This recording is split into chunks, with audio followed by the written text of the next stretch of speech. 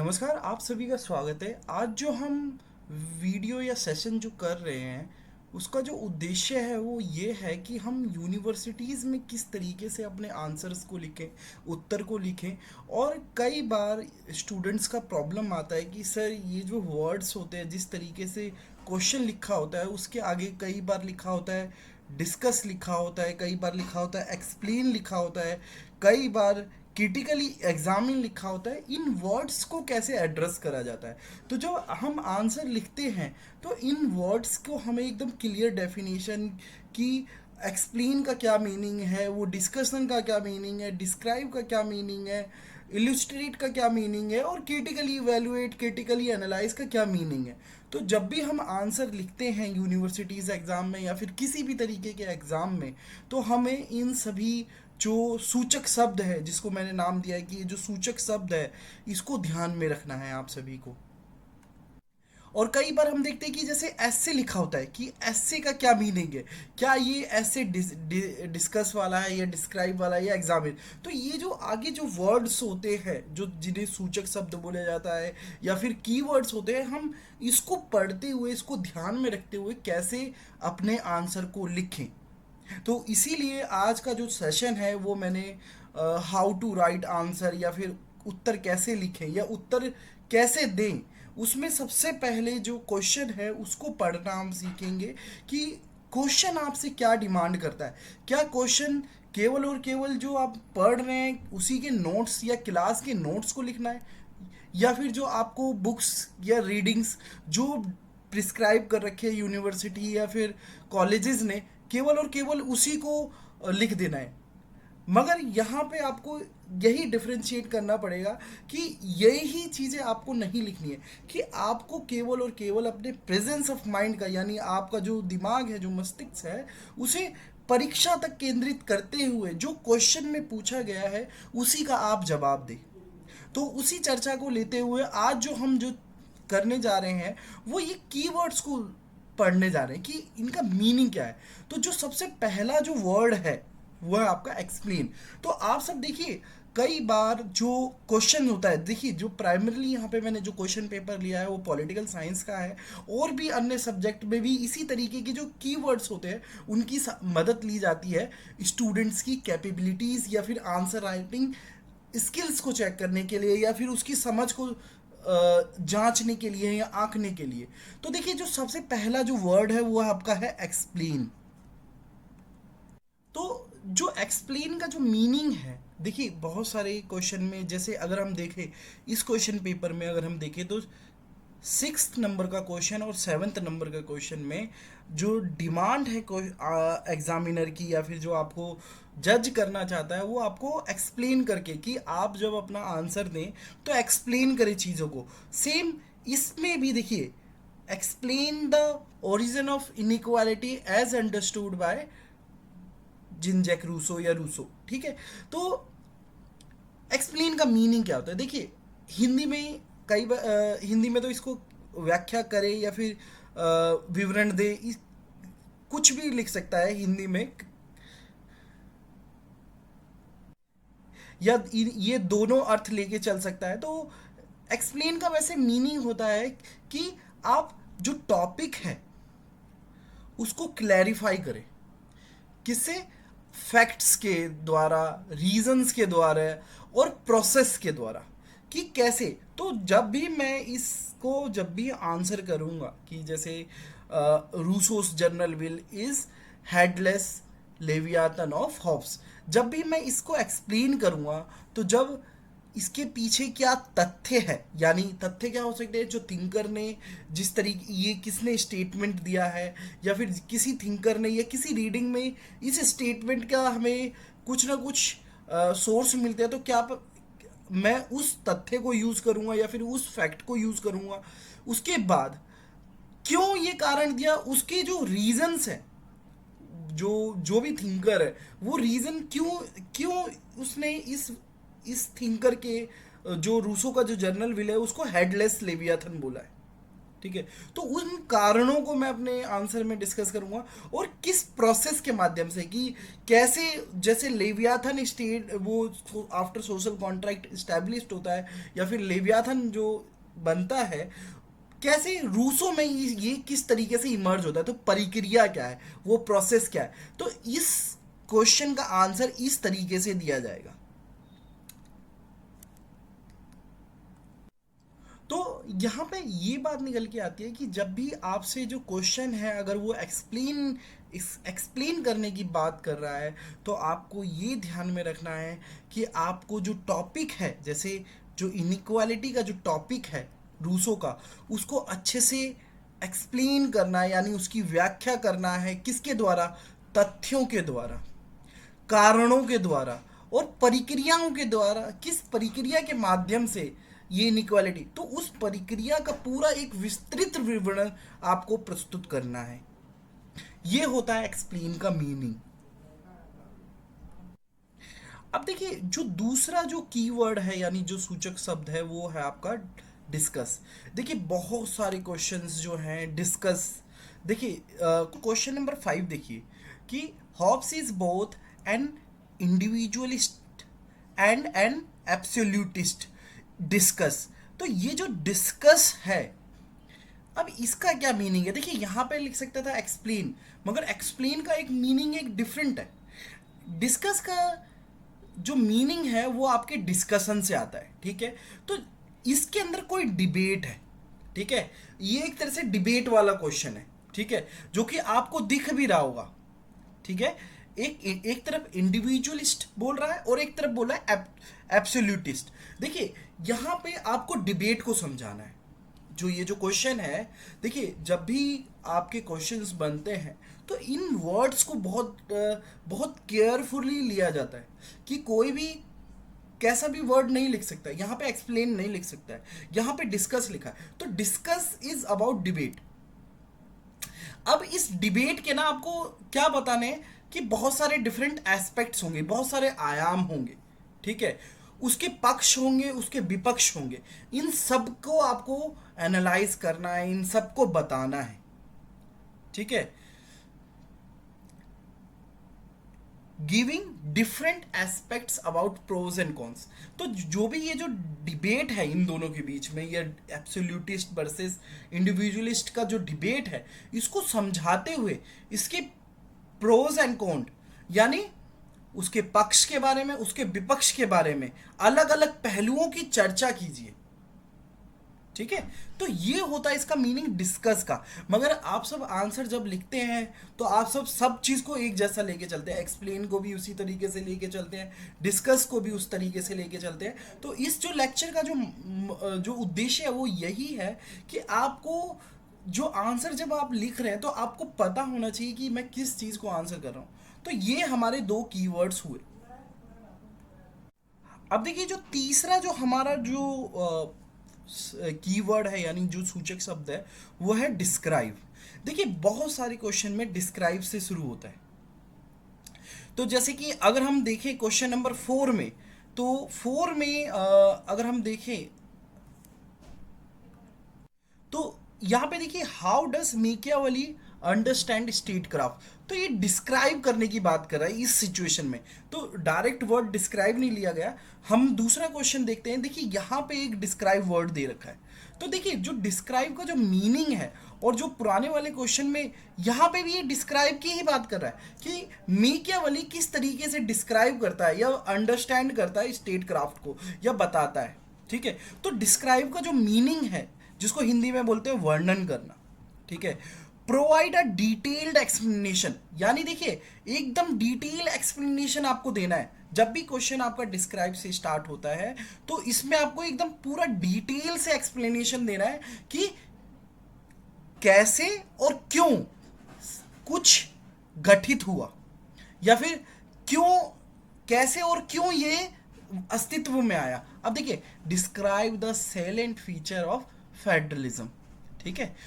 जो सैलेंट फीचर्स हैं फेडरलिज्म के, उनको डिस्क्राइब करना है। और लिखा है कि why is India not considered true federation, ठीक है।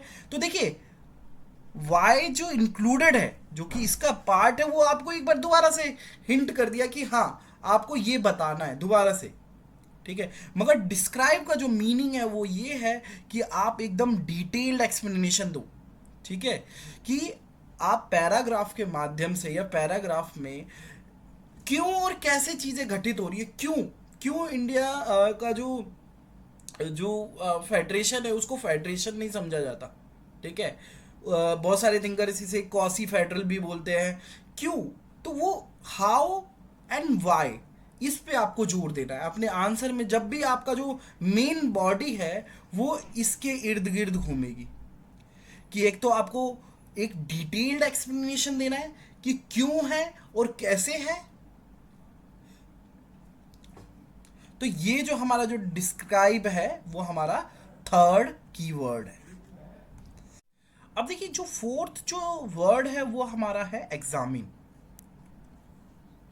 देखिए एग्जामिन में किस तरीके से क्वेश्चन पूछता है, देखिए ये देखिए यहाँ पे लिखा हुआ है, examine Plato's view on communism of family and property. ठीक है, तो एग्जामिन की बात कर रहे हैं, तो यहाँ पे जो एग्जामिन है उसका एक अलग से मीनिंग है। देखिए तो एग्जामिन का जो सबसे पहला मीनिंग है कि आप अपने आप को इस क्वेश्चन के अंदर इंक्लूड करें। ठीक है, आप अपने आप को इस, जब भी आप आंसर कर रहे हैं, एग्जामिन का मतलब कि ये आपकी दृष्टि से होगा एग्जामिन, ये जो लेंस होगा ये किसका होगा, आपका आपका व्यू पॉइंट होगा। ठीक है, आपके व्यू पॉइंट से। तो क्या करना है कि आपको जजमेंट बनाना है, वन शुड मेक जजमेंट, कि ये जो प्लेटो का जो कम्युनिज्म ऑफ फैमिली है इसके प्रोज क्या है, कॉन्स क्या है, यानी उसकी अच्छी चीजें क्या है, उसकी बुरी चीजें क्या है, किस तौर पे, सामाजिक तौर पे, कि ये सही कह रहा था उस टाइम पे प्लेटो और ये गलत कह रहा था। तो और साथ ही साथ अपने आंसर में हमेशा कोई भी जब जजमेंट दे रहे हैं तो आप अपने फैक्ट्स को इंक्लूड करें, कि कोई भी अगर पॉइंट आप कह रहे हैं कि हाँ ये प्लेटो का जो स्टेटमेंट है, सबसे पहले तो प्लेटो के कम्युनिज्म के ऊपर आप प्रोज एंड कॉन्स लिखिए एकदम डिटेल तरीके से। ठीक है, क्या सही है क्या गलत है, फिर उसको आज के टाइम से एनालाइज करिए या अपनी दृष्टि से एनालाइज करें कि हाँ ये सामाजिक तौर पे गलत है, ये सामाजिक तौर पे सही नहीं है या सही है।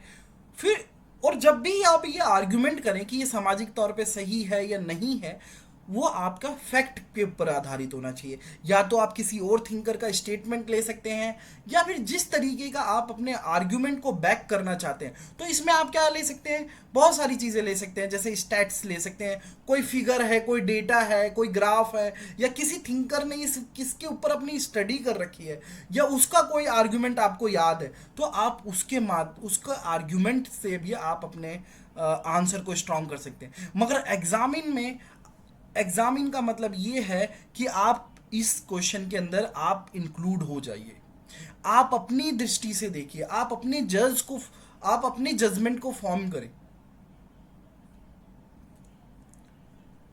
कि ये सही है ये गलत है। तो एग्जामिन का यहाँ पे एक स्पेसिफिक मीनिंग है। आगे जो हमारा जो फिफ्थ वर्ड जो जो है वो ग्रुप ऑफ वर्ड्स है। जैसे कई बार आपने आंसर्स में क्या लिखा हुआ, इल्यूसिटेट। इल्यूसिटेट का मतलब होता है कि चित्रित करना, इल्यूसिट्रेट करना। दूसरा है इल्यूसिडेट। इल्यूसिडेट का मतलब होता है स्पष्ट करना, एग्जाम्पलीफाई। ये तीन वर्ड्स। अब देखिए ये जो तीन वर्ड्स है ना, ये किसके ज़्यादा करीब है, ये एक्सप्लेन के ज़्यादा करीब है। और जस्ट अभी हमने जब एक्सप्लेन को देखा, तो एक्सप्लेन में हमने क्या देखा कि अपने टॉपिक को एकदम क्लैरिफाई करो, एकदम डिटेल्ड अकाउंट में उसके बारे में फैक्ट्स, रीज़न, प्रोसेस के बारे में बताओ।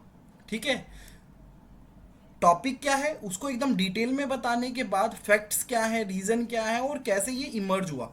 ठीक है, तो ये सब बताने के बाद तो ये क्या है, एक्सप्लेन के ज़्यादा करीब है। मगर यहाँ पे एक चीज़ और इम्फेसिस हो जाती है, वो हो जाता है कि आप जो वर्तमान में कॉन्टेम्प्ररी जिस समाज में जिस समय में आप रह रहे हैं उस समय के दौर को यूज करते हुए।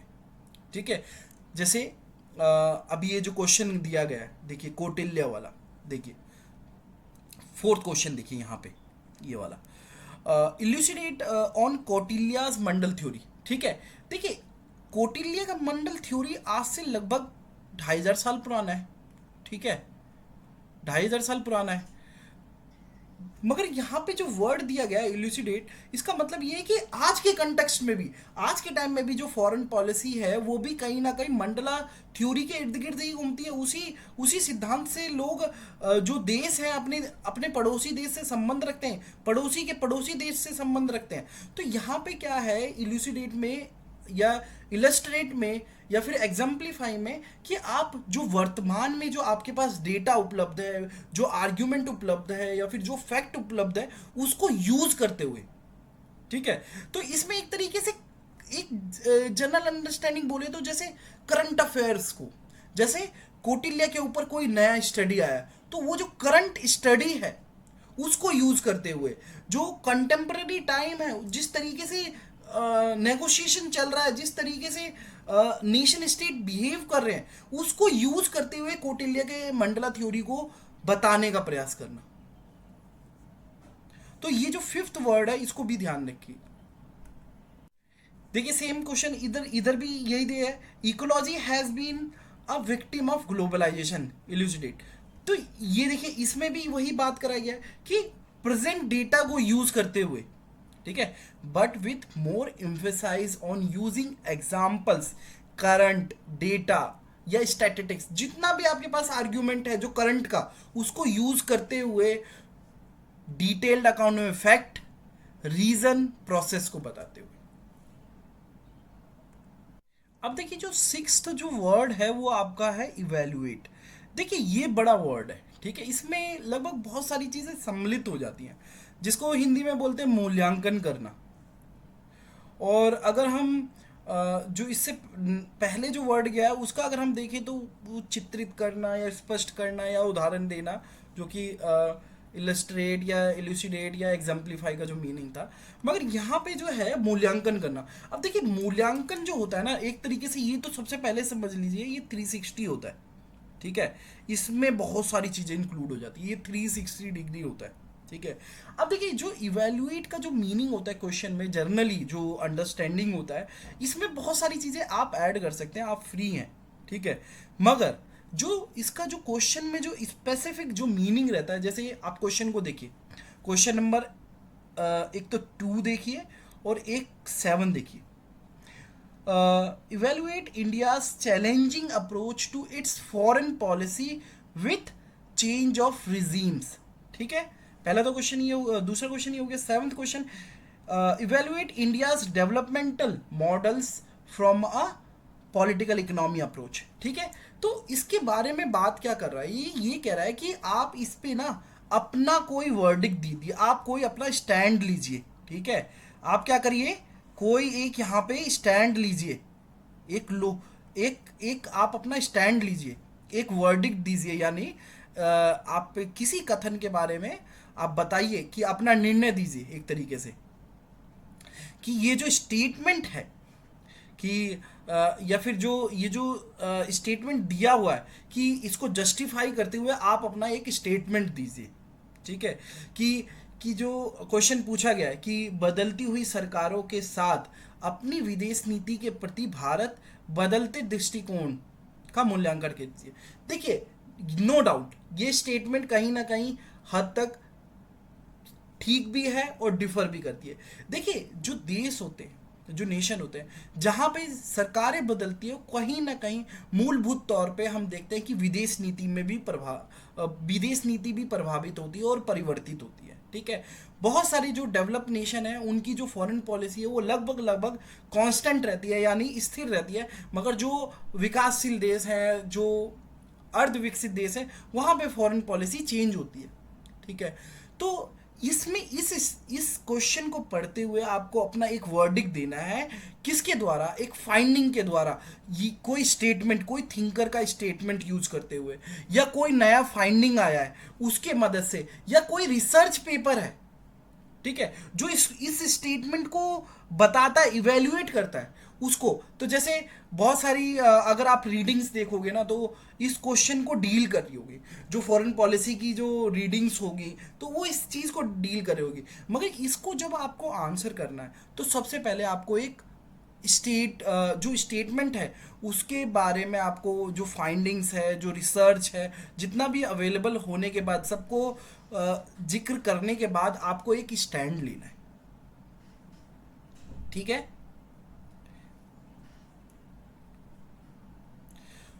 बट यहां पे देखिए, बट इन क्वांटिटेटिव डेटा। ठीक है।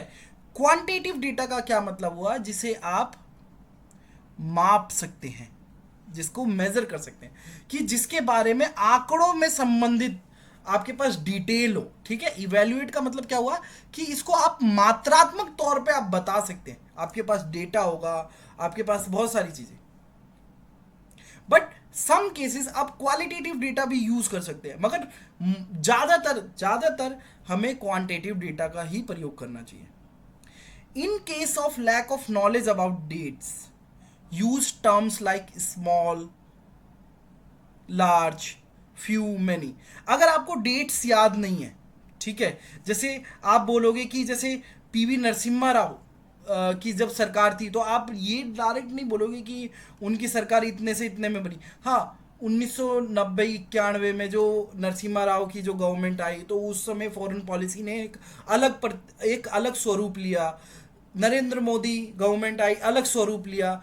मनमोहन सिंह की गवर्नमेंट आई, अलग स्वरूप लिया। तो ये बता सकते हैं कि जैसे जैसे रिजीम चेंज हुई वैसे वैसे जो फॉरेन पॉलिसी है वो कहीं ना कहीं प्रभावित रही है। तो ये आप जितने भी मतलब ज़्यादातर यूज़ करें कि जो क्वांटिटेटिव डेटा है उसका प्रयोग करते हुए अपने आंसर को दीजिए। और जैसा कि मैंने पहले ही बताया कि ये 360 है, इसमें आपको बहुत सारी चीज़ें यूज़ करनी पड़ेगी। जो आपकी रीडिंग्स है, जो आपकी स्टेटमेंट है, जो रिसर्च है, जो फाइंडिंग्स है, जो स्टेटमेंट है, वो सबका यूज़ करते हो। देखिए, जो पॉलिटिकल साइंस का जो फेवरेट रहा है ना, वो आपको हमेशा कहीं ना कहीं ये मिलेगा, आपको critically examine, critically evaluate, critically analyse. तो जो क्रिटिकल वर्ड है ना, सबसे पहले हम इसको डील कर लेते हैं। ठीक है। ये जो क्रिटिकल वर्ड है, क्योंकि एक तरह से पॉलिटिकल साइंस को इस वर्ड से बड़ा प्यार है, इस वर्ड से, क्रिटिकली। तो क्रिटिकली का मीनिंग क्या है? ठीक है। क्रिटिकली का मीनिंग ये है कि आप है ना किसी चीज की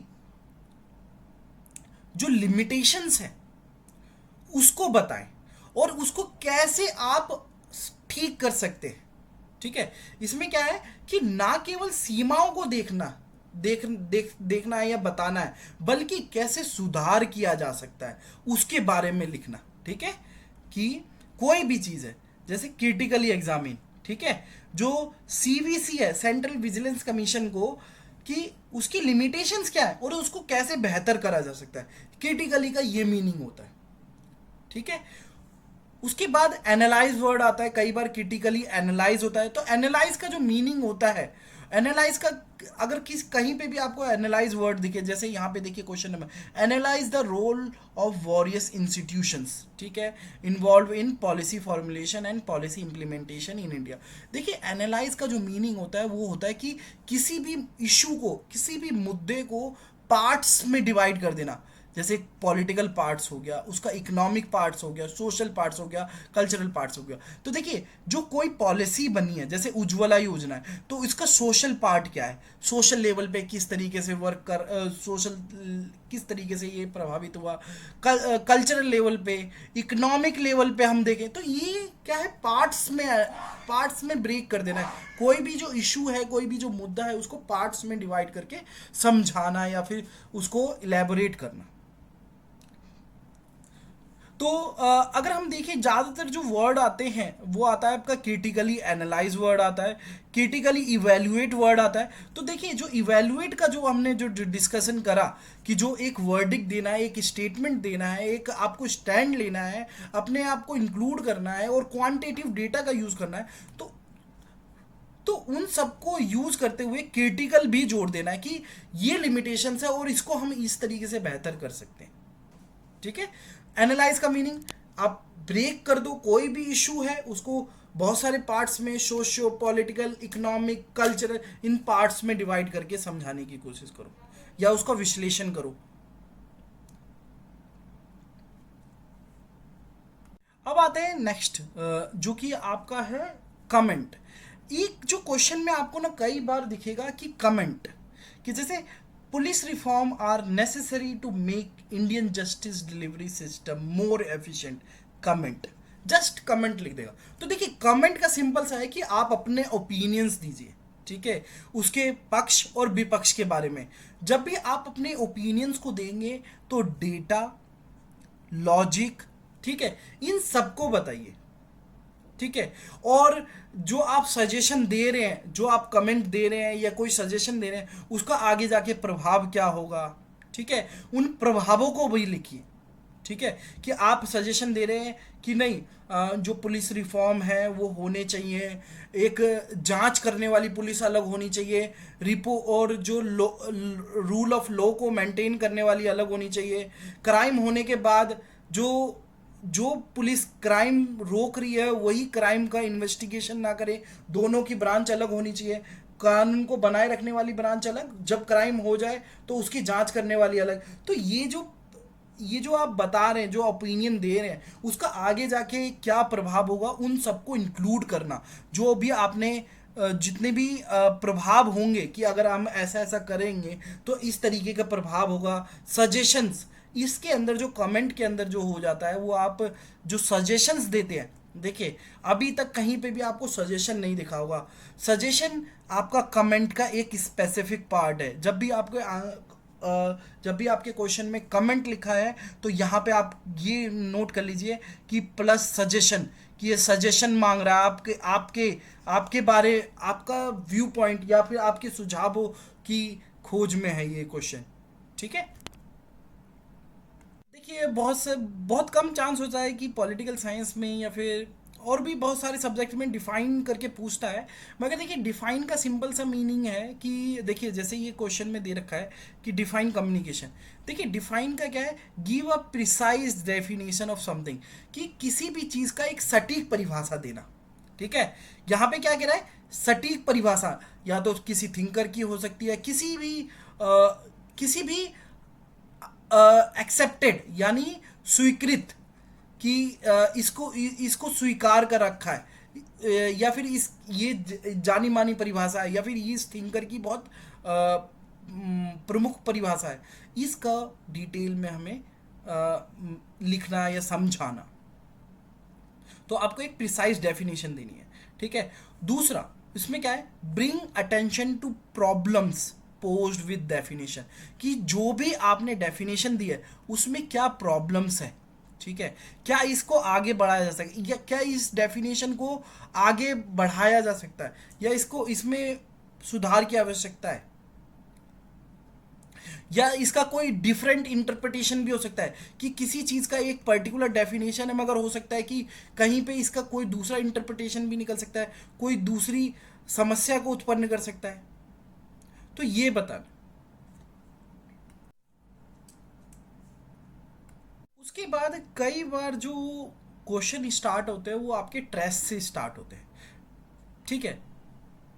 तो देखिए ट्रेस का जो क्वेश्चन है, अगर हम देखें, देखिए जो क्वेश्चन नंबर 9 है, trace the factor that led to the partition of India, कि इसमें देखिए सिंपल सा जो ट्रेस का जो मीनिंग है ना, कि आप ऐतिहासिक तौर पर जो सीक्वेंस है, ठीक है, जो पहले ये हुआ, फिर उसके बाद ये हुआ, फिर उसके बाद ये हुआ, फिर उसके बाद ये हुआ, तो जो सीक्वेंस है उसको बताते चलिए, ठीक है, एक क्रमबद्ध तरीके से, ठीक है, एक क्रमबद्ध तरीके से बताते हुए चलिए, जितने भी ऐतिहासिक घटनाएं या फिर ऐतिहासिक जो आयाम है उन सबको। तो जैसे इसमें क्या बोला है कि trace the factors that led to the partition of India, कि वो जितने भी ऐतिहासिक आयाम हैं, वो जितने भी कारक हैं जिसने भारत के पार्टीशन को या फिर विभाजित करा या पार्टीशन करा, उसको रेखांकित करिए या फिर उसको बताते हुए चलिए। फिर उसके बाद एक जो वर्ड आता है वो आपका आता है एस्से। देखिए, write an essay on the integration of the princely states in India, ठीक है। इसमें क्या बोला है कि निबंध। देखिए निबंध क्या है, निबंध क्या है, यहाँ पे आपको यहाँ पे आप ऑथर आपकी खुद के आर्ग्यूमेंट, ये मतलब आपकी खुद की बनाई हुई खिचड़ी है, एक तरीके से खुद का बनाया हुआ आपका व्यंजन है। ठीक है। तो क्या है, an essay is a short piece of writing on a particular subject. किसी भी टॉपिक पर एक शॉर्ट पीस ऑफ राइटिंग है। ठीक है। It typically present the author's own argument, कि यहाँ पे आपकी खुद की बनाई हुई खिचड़ी है। ठीक है। आप क्या सोचते हो, आपकी राय, आपकी तरीके से, आपकी तरीके की दुनिया। ठीक है। आपके खुद के आर्ग्यूमेंट। ठीक है। ऑथर्स ऑन आर्ग्यूमेंट, आपका कुछ पर्सपेक्टिव होगा, दृष्टिकोण होगा, आपके खुद के कुछ एनालिसिस होंगे। ठीक है। कोई भी प्रॉब्लम को लेकर। ठीक है। तो ऐसे ऐसे का मीनिंग ये होता है। ठीक है, कि यहाँ पे जो एग्जामिनर है उसने आपको एक तरह से खुली चुनौती दी और बोला कि ये टॉपिक है और इसके ऊपर आप क्या सोचते हैं, आपके क्या आर्गुमेंट है, आप किस तरीके से एनालाइज करोगे, ये बताइए। ठीक है। ये फॉर्मल भी हो सकता है, इनफॉर्मल भी हो सकता है, और बहुत सारे टाइप्स होते हैं, और ये बहुत सारी पर्पस को सर्व करता है। ठीक है। जैसे इन्फॉर्म करना, कि जैसे आप सब देखते होगे कि ऐसे कंपटीशन है तो वो इंफॉर्मेशन प्रोवाइड करने के लिए सोसाइटी में। ठीक है। जैसे हम न्यूज़ आर्टिकल में भी देखते हैं तो बहुत सारे लोग ऐसे फॉर्म में लिखते हैं इन्फॉर्म करने के लिए, कुछ लोग परसुएड करने के लिए, समझाने के लिए करते हैं, कुछ लोग इंटरटेन करने के लिए। तो ऐसे का जो मीनिंग है, जो ये है कि आप जो ऑथर है, जो आप खुद हैं, वो किस तरीके से आप दुनिया समाज को समझाना चाहते हैं, क्या सोच है आपके, खुद के क्या आर्गुमेंट है, खुद के क्या एनालिसिस है। यहाँ पे आप किसी और को आर्गुमेंट नहीं ले रहे, यहाँ पे इस आंसर में आप खुद जीवित हैं।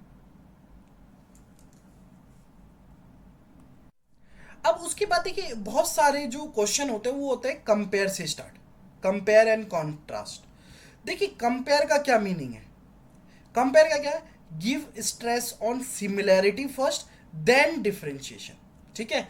कंपेयर, अगर कोई भी क्वेश्चन स्टार्ट होता है कंपेयर, तो सबसे पहले क्या समानताएं हैं उसके बारे में बताइए। ठीक है।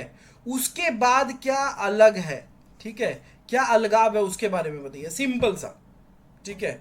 इसमें आप रीजन का यूज करिए, जो प्रीवियस आर्गुमेंट है, जो भी आपको यूज करना है वो सबका यूज करते हैं। कॉन्ट्रास्ट का मेन जो एम है, अगर किसी क्वेश्चन में केवल और केवल कॉन्ट्रास्ट से स्टार्ट होता है, contrast federal political system with unity system, तो इसका मतलब है कि वो आपसे सिमिलैरिटीज यानी समानता के बारे में नहीं पूछ रहा, सिंपल सा है कि आप उसकी असमानताओं के बारे में बता दो कि ये कैसे इससे भिन्न है, ये किससे ऐसे किससे भिन्न है। जैसे इस क्वेश्चन में क्या बोला है, क्या फेडरल पॉलिटिकल, यानी जो फेडरल है वो कैसे यूनिटरी से भिन्न है।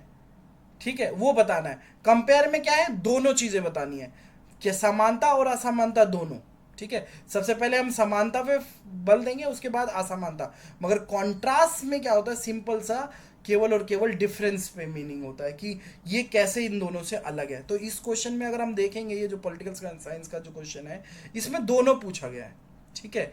और बल्कि जो एग्जामिनर है वो केवल और केवल इस कंपेयर वर्ड ही यूज कर सकता था, मगर अगर कॉन्ट्रास्ट वर्ड यूज करा है तो ये मांग करता है कि आप जो डिफरेंस है, यानी जो अलगाव है, जो असमानता है, उसको भी बहुत अच्छे से डिटेल में आप समझाने की कोशिश करें। देखिए बहुत सारे जो क्वेश्चन हैं वो आपके इलेबोरेट से भी स्टार्ट होते हैं। देखिए इलेबोरेट का क्या मीनिंग होता है। ठीक है। यहाँ पे जो इलेबोरेट का जो मीनिंग है इस क्वेश्चन में, जैसे ये क्वेश्चन अगर पढ़ें, do you agree that the local governance in rural India has insured increasing peoples participation in the political system, elaborate. ठीक है। तो इसमें ये बोला गया है कि आप जो डिटेल इंफॉर्मेशन दे, यानी उचित जानकारी। ठीक है। उचित जानकारी दें और पैराग्राफ फॉर्मेट में दें। ठीक है। इलेबोरेट का मतलब आप पैराग्राफ फॉर्म में उचित जो जानकारी है वो दें। और अगर हिंदी में देखें तो अपने उत्तर का कारण बताएं। ठीक है। तो यहाँ पे कारण भी दे सकते हैं हम, एक डिटेल्ड इंफॉर्मेशन भी दे सकते हैं, बहुत सारी जो एक तरीके से पैराग्राफ फॉर्मेट में देना। तो यहाँ पे जो पैराग्राफ फॉर्मेट है इसको ध्यान में रखते हुए। आप अपने उत्तर का कारण बताइए। देखिए बहुत सारे जो क्वेश्चंस होते हैं ना वो आपके इन्यूमरेट से आते हैं। इन्यूमरेट जहाँ पे भी आएगा वहाँ पे इसका मतलब ये समझिए कि वो आपसे पैराग्राफ फॉर्म में नहीं पूछ रहा है, वो आपके पॉइंट बाय पॉइंट में पूछ रहा है आंसर। तो ये बहुत केयरफुल होना कि देखिए जब भी हमें यूनिवर्सिटी एग्जाम में जब भी आंसर लिखते हैं तो हमें ज़्यादातर पैराग्राफ फॉर्म में ही लिखना होता है, पॉइंट बाय पॉइंट में नहीं लिखना होता है। ये केवल और केवल जहाँ पे स्पेसिफिकली इन्यूमरेट लिखा होता है वहाँ पे हमें पॉइंट बाय पॉइंट आंसर देना होता है या पॉइंट फॉर्मेट में आंसर देना होता है। और कई क्वेश्चन में डिफरेंशिएट बिटवीन टू, ठीक है, डिफरेंशिएट से स्टार्ट होता है। डिफरेंशिएट का मतलब यहाँ पे क्या है कि सबसे पहले जो डिफरेंसेस हैं उनको बताइए, ठीक है। But at the end any similarity में बी मेंशन। अगर कहीं अंतिम में आपको लगता है कि नहीं ये अलग तो है मगर कहीं ना कहीं तौर पे ये दोनों समान है तो आप वो भी बता सकते हैं। तो देखिए ये जो कीवर्ड्स है अगर आप अपने जब भी आंसर लिखते हैं इन कीवर्ड्स को अगर आप जब भी ध्यान में रख के अपना आंसर लिखेंगे तो नो डाउट आपका जो जो इन्विजिलेटर है, जो एग्जामिनर है, वो आपके क्वेश्चंस को कभी आपके आंसर्स में से कभी भी नंबर काटने की कोशिश नहीं करेगा। प्रॉब्लम ये हो जाती है कि आप one size fit all model का यूज़ करते हैं, यानी आप केवल देखते हैं कि ये टॉपिक ये मिल गया मुझे कि ये जो रूसो का इनइक्वालिटी, बस इसके ऊपर लिखना स्टार्ट नहीं। वो देखिए कि आपका जो सूचक शब्द है, ये जो वर्ड्स हैं, क्रिटिकली एनालाइज लिखा है या क्रिटिकली इवेल्युएट लिखा है या डिस्कस लिखा है या डिस्क्राइब लिखा है, इस पे आप ध्यान नहीं देते। तो इस पे ध्यान बहुत अच्छे से देना है तभी आप एक अच्छा आंसर। और कहीं पे भी एग्जाम में कभी भी कहीं पे भी लिखिए तो इन सूचक वर्ड का जब तक आपको क्लियर मीनिंग नहीं पता होगा तो आप अपना अच्छा आंसर नहीं दे सकते। तो आशा करते हैं कि आप सबको ये जो लेक्चर है हमारा बहुत अच्छा लगा होगा। और please like subscribe and share. बहुत बहुत धन्यवाद।